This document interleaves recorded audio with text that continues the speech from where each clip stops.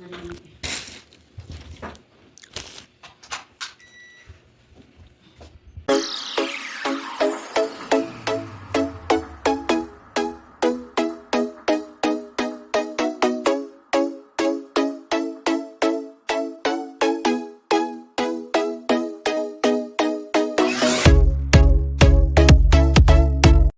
Malamig.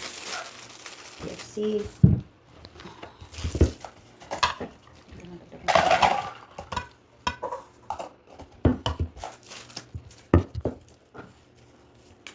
Sos, ang lamig, may yelo pa.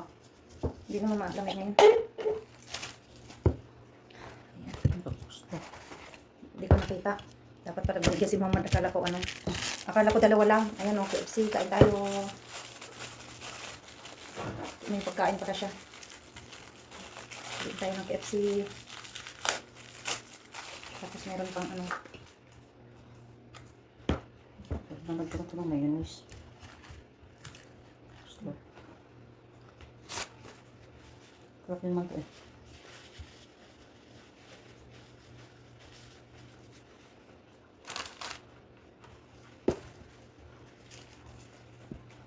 Ganda ng lagayan o. Kasi meron na ngayong ano sa malapit sa amin yung ano daw yan yung box na palabas. Sabi nila mapupunta daw sila dyan ni Nora.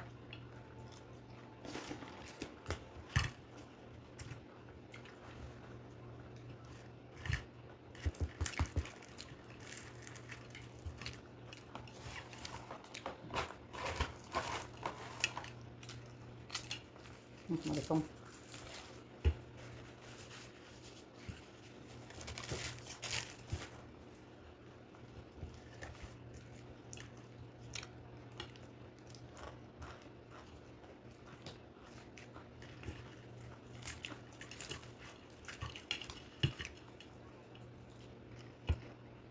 Maanghang to. Kung ano mga Kaya sa nga. ganito kasi ang barid hindi Spicy to. ano.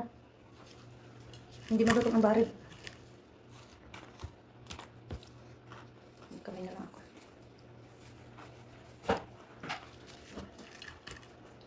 Spicy din to rin ma. Spicy lahat pati yung patatas niya. Kaya nagbukod siya kasi bumili siya ng pampatak na orange na maanghang. Meron naman tayo dyan eh. Ayaw niya.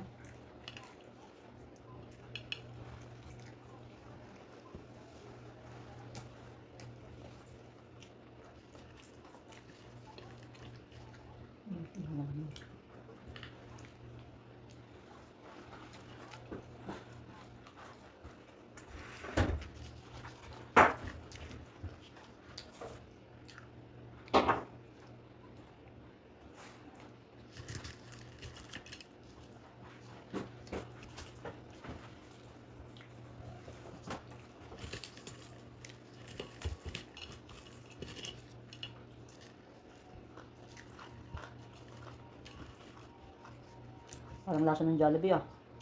Kasi bagong luto eh. Pag hindi bagong luto, ito wala.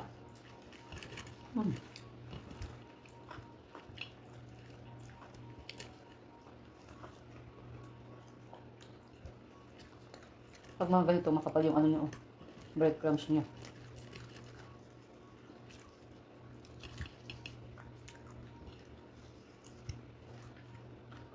Walang sinabi bata, alis ang nanay. Wala, hindi ko ako nang tanong.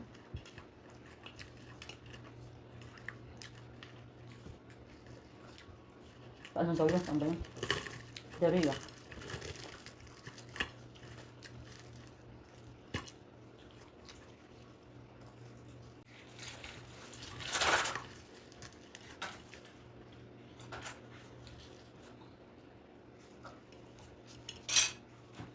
Sumamad magpapakargo.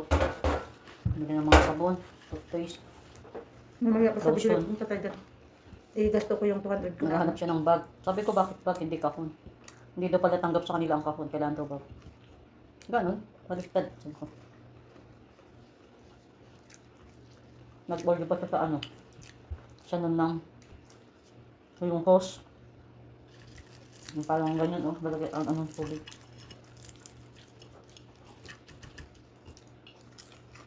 Natuto na siyang mag-order. Ang daming order. Lunch eh. Kasi nandoon na nga daw sila sa malapit sa dagat yung tinitirhan nila. Sino? Andun na daw yung mga lahat na ano may naka ano daw lahat doon. Muhammad. Kasi ang ganyan pala pag mayroong awayan, pag malapit pala sa dagat, hindi sila delikado pag malapit daw sa dagat yung tirahan.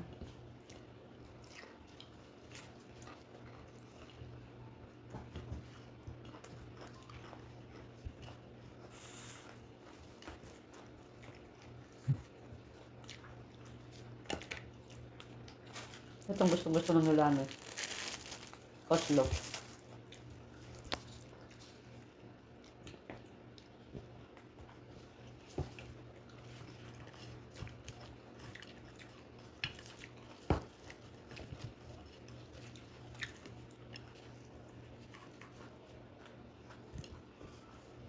Tapos yung lima, alis mamaya.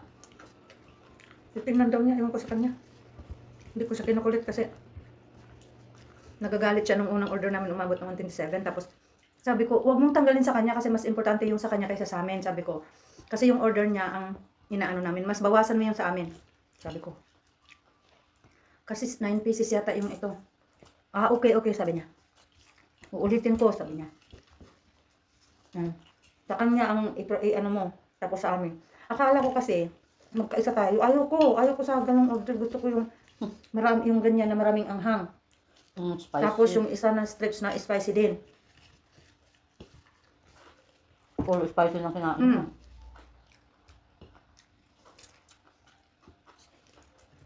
Kasi ano kami, nilibre kami ng alaga namin. Sarap naman kasi kumain ng spicy, lalo ngayon malamig. Spicy. Malutong. Nagalit kasi. Sa kanya na daw tuloy ang mawawala. Hindi, nagkikipag-usap pa nga ako sabi ko. Alam mo ang sabi sa akin? 10 years ka na dito, dapat matuto ka. Marima, sabi ko, marunong siya mag-English. Alam mo, mag-Arabic ako, English siya, oh. Ginaya na naman yung nanay niya. Sorry. Hello. Hello, person. Mapisaw ka din yun. Baba ka na sila.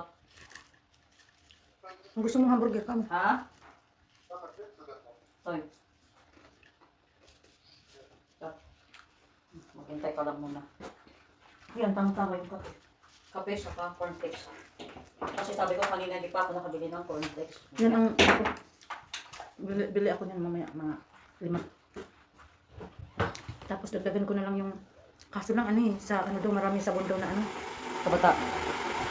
Kabata. Hindi nga tayo pinapayagan ni Amo. Kabata mura. Yung sinasabi niya mahal ang ano, sabi ko. Hindi ko nga masabi na bibili ako ng alas. Kunwari lang para makapunta tayo dun eh.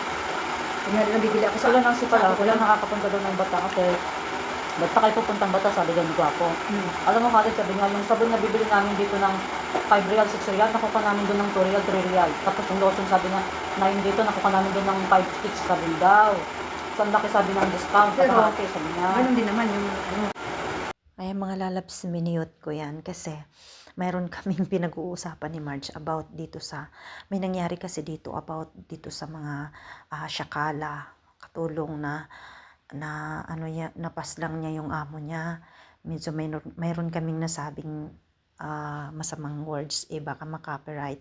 So, mga lalabs, siguro mag-sharing din ako next, next video kasi tayo kasi advice ko lang sa mga dito lalo na sa Middle East kasi yung mga bata kasi dito mga lalabs kahit mali sila pinapanigan niya ng mga ina lalo na yung mga may alagang bata na tulad ko ako nga pag yung masama na ang loob ko sobrang kasi ang mga bata dito sobrang sinungaling na pag masama ang loob ko alam mo iniiyak ko na lang as in kasi siya kasi yung alaga ko pag nakikita niya na umiiyak ako natatakot na yan, tapos ang isip niya, hindi ka na bababalik, ganyan, tapos kunyari magtutupi ako ng damit, kasi kunyari ako pupunta ako sa cabinet, ganyan lang ang panakot ko sa kanya mga lalabs, kaya yun minute ko, kasi meron medyo hindi magandang words, ayun.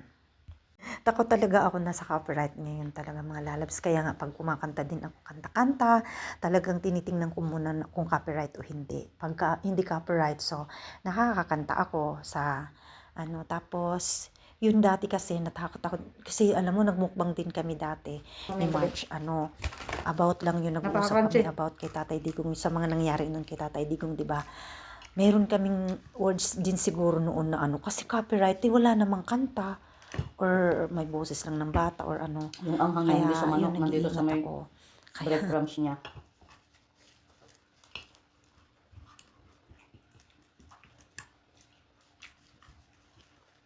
Ang sarap. Pag crunchy.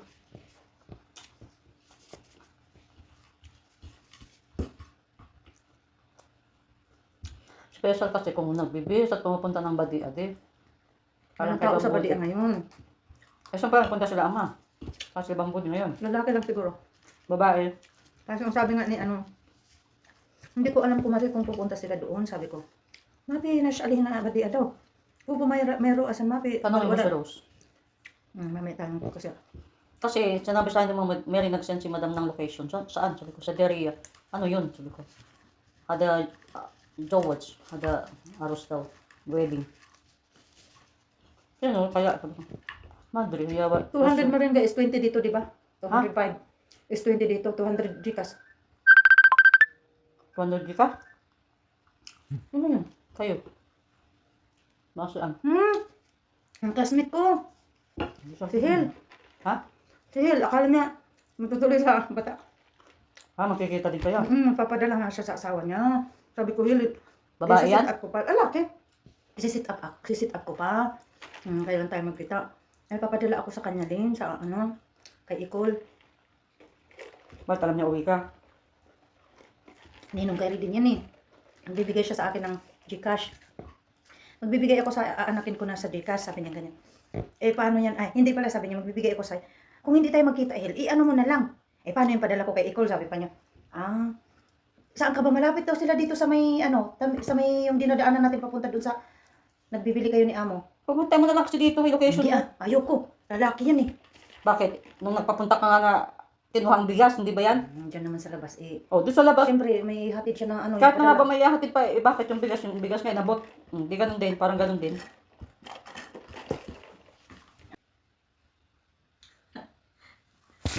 Bigas daw ang sabi. Isda dyan sa damam. Ay, damam. Dito lang siya sa ano. Ano bang tawag dyan sa ano? O sige, basta makipagkita ka. Importante kasi ito ipadala ko kay Hindi Icol. ba yun? Mamaya, wala nang si Amo. Pa-location mo dyan. Tanungin ko muna ang ano niya. Sa labas. Kung natin sa labas, ano na yun? Yung mga lalabs, ito nagtatapos ang aming mukbang. Hindi naman gaano ano. Puro bato-bato. Bye. Please like, share, and don't forget to click the bell. Bye. Ingat tayong lahat ng mama mo.